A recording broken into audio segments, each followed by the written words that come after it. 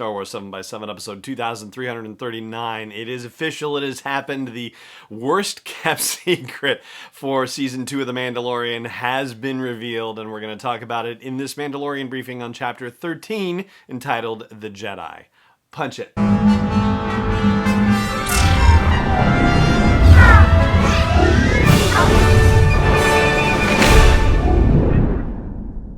Hey Rebel Rouser, I'm Alan Voivod, and this is Star Wars 7x7, your daily dose of Star Wars joy, and thank you so much for joining me for it. So, there is a lot to unpack from this episode of The Mandalorian, and we're probably going to have to unpack it over the course of a couple of episodes, because this is major. It is some major stuff, but as I said at the top, we are talking about The Jedi, which is Season 2, Episode 5, or, if you prefer, Chapter 13 of The Mandalorian, written and directed by Dave Filoni himself. And we do find ourselves heading to the planet Corvus, as directed by Bo-Katan, in the 3rd episode of the season. And when he gets there, he finds that the forest planet is trashed and burned, and it is in awful shape.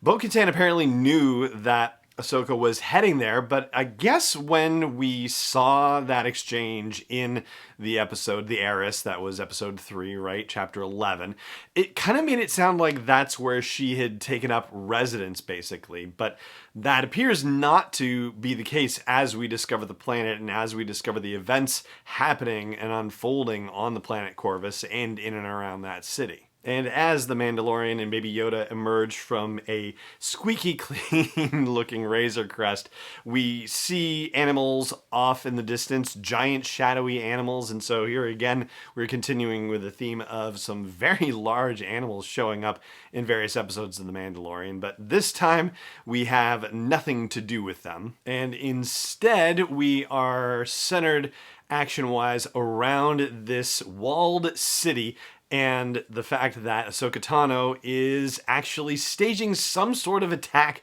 on the city for some reason or another that we don't yet know. All we know at the beginning of the episode is that there's a magistrate and a captain of the guard. The captain of the guard turns out to be Michael Biehn. So here is the casting of Michael Biehn that was rumored in the Hollywood trades well before the season came out. But as to what his deal was, well, he's a guy named Lang, and apparently he is some sort of mercenary military person for hire. Not that that does him any good in the final analysis. And yes, I'm just dropping the mention of Ahsoka Tano. So Rosario Dawson as Ahsoka Tano has happened. It is official. And oh goodness, well, you know, it's strange. It's so strange to not have it be related to Ashley Eckstein somehow. And yeah, that's a really kind of unusual experience, but also pairing with the notion that Ahsoka's character would be, oh gosh, let's do the math. Even when we see her at the end of Star Wars Rebels, that's what, 4 ABY? So we're only 5 years after that, but it still feels like, sort of an odd experience. I will say Rosario Dawson does just fine with it. And what we find out is that she is not willing to train Baby Yoda, whose name is actually Grogu. He actually has a name. And it does make one wonder if he was at the Jedi Temple on Coruscant before the Clone Wars. Is he possibly the child of Yoda and Yaddle? This is the thing that I am wondering about right now. This is my big question. But there are a lot of questions that have been raised as a result of this episode, and we will get to them. It may just not be all in this episode that we get to them, but here we have yet another quid pro quo episode, which gets double quid pro quo'd, if you will. It starts with the Mandalorian and the magistrate meeting, and the Mandalorian getting offered a spear of pure Beskar in exchange for the murder of the Jedi, as Ahsoka is described.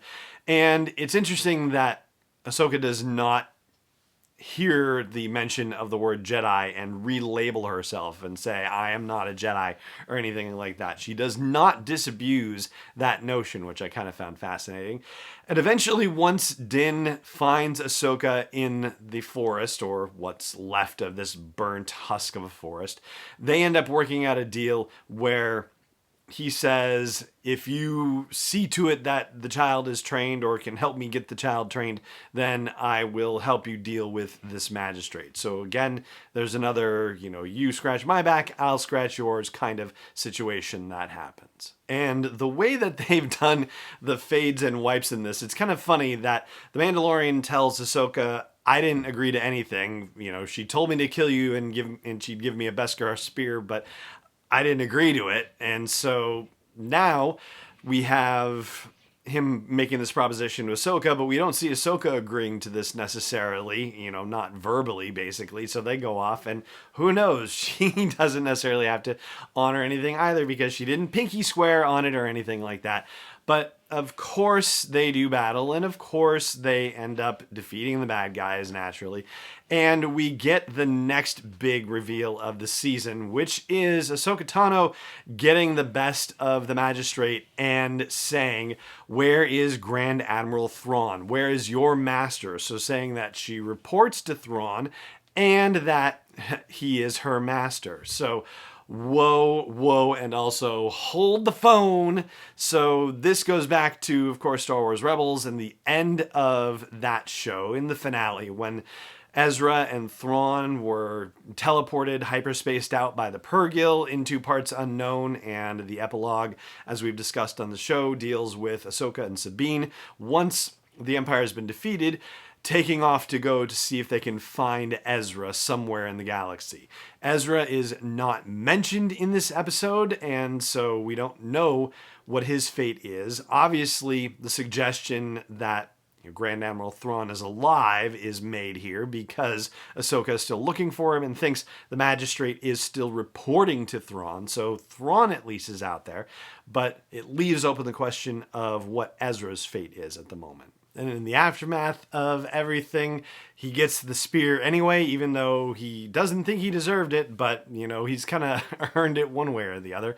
And now he just has to find a Mandalorian covert that can melt it down so that he can actually give it back to the Mandalorians and let the Foundlings have some of it and whatnot. But Ahsoka, for deciding that she's not going to train Grogu, it does at least give the Mandalorian a clue, and so we are continuing the quest by sending the Mandalorian and the child off to a planet called Tython, which has been referenced in the comics already. It was the finale of the first series of the Dr. Aphra comics, where the basically Aphra says that she thinks the rebel base is on this planet Tython, which is in the core world, so it's like deep toward the center of the galaxy comparatively, and gets Darth Vader to go there, and the Empire is ambushed there, and there's a lot of crazy stuff that happens. But basically, she has him focused away from Hoth, and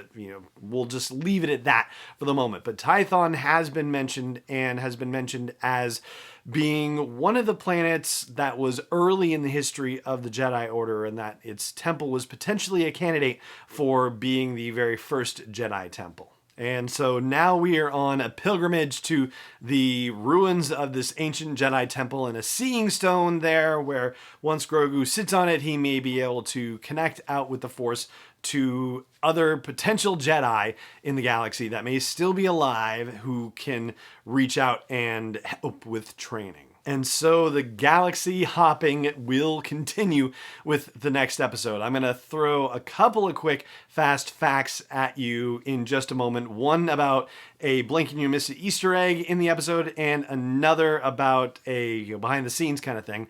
But first, just a quick reminder again about feedingamerica.org, and it is really simple to just put your zip code in there and find a local food bank or food pantry where you can make a direct donation online or find out more about what they're doing in your community and perhaps working more directly with them. Whatever you find where you can help with people having issues with food security during the holidays and during times with this pandemic where more and more schools are considering shutting down, going remote for longer periods of time, or even permanently in some cases for the rest of the school year. Anything that you can do to help, if you are able, would be wonderful at feedingamerica.org. And as for those last elements, when the Mandalorian is walking through the forest trying to see where Ahsoka Tano is, trying to find her, going to the coordinates that were supplied for him, he is walking through the forest, and if you look up in the trees above him, and as the camera shot goes, it's behind him and above and to the left on the screen, there is a convor, which is the owl-like creature we see manifesting around people like Ahsoka Tano. We've seen it in Star Wars Rebels. It was shown in the Clone Wars. Yeah, that's really kind of a mystical force flag for you there, and it's fascinating to see one in The Mandalorian. That was a really cool touch. And as far as the behind-the-scenes thing goes, well, in looking at the stunt doubles, the stunt double for Ahsoka was not who I wanted to flag for you. Her name is Caitlin Deschelle, I believe it is.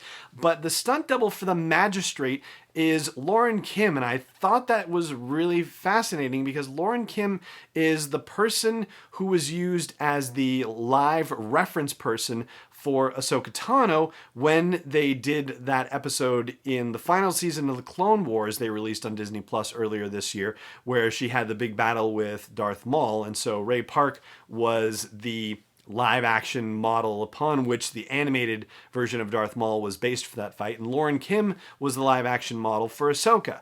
And so she's back for The Mandalorian, but not actually doing the stunt doubling for Ahsoka, doing it for this Magistrate instead. So that was kind of an interesting way that unfolded, but great to see her back involved with the franchise. And that is going to do it for our briefing on The Mandalorian Chapter 13, the Jedi, and we'll be talking more about some of the details and the Pandora's boxes that have been opened as a result of the events of this episode. But for now, that is going to do it for the briefing and this episode of the show. It just remains for me to say thank you so much for joining me for it as always, and may the Force be with you wherever in the world you may be. Star Wars 7x7 is not endorsed or sponsored yet by Lucasfilm Limited, Disney, or 20th Century Fox, and is intended for entertainment and information purposes only. Star Wars, the Star Wars logo, all names and pictures of Star Wars characters, vehicles, and any other Star Wars-related items are registered trademarks and/or copyrights of Lucasfilm Limited or their respective trademark and copyright holders. May the Force be with them. All original content is copyright 2020 by Star Wars 7x7. We hope you love it.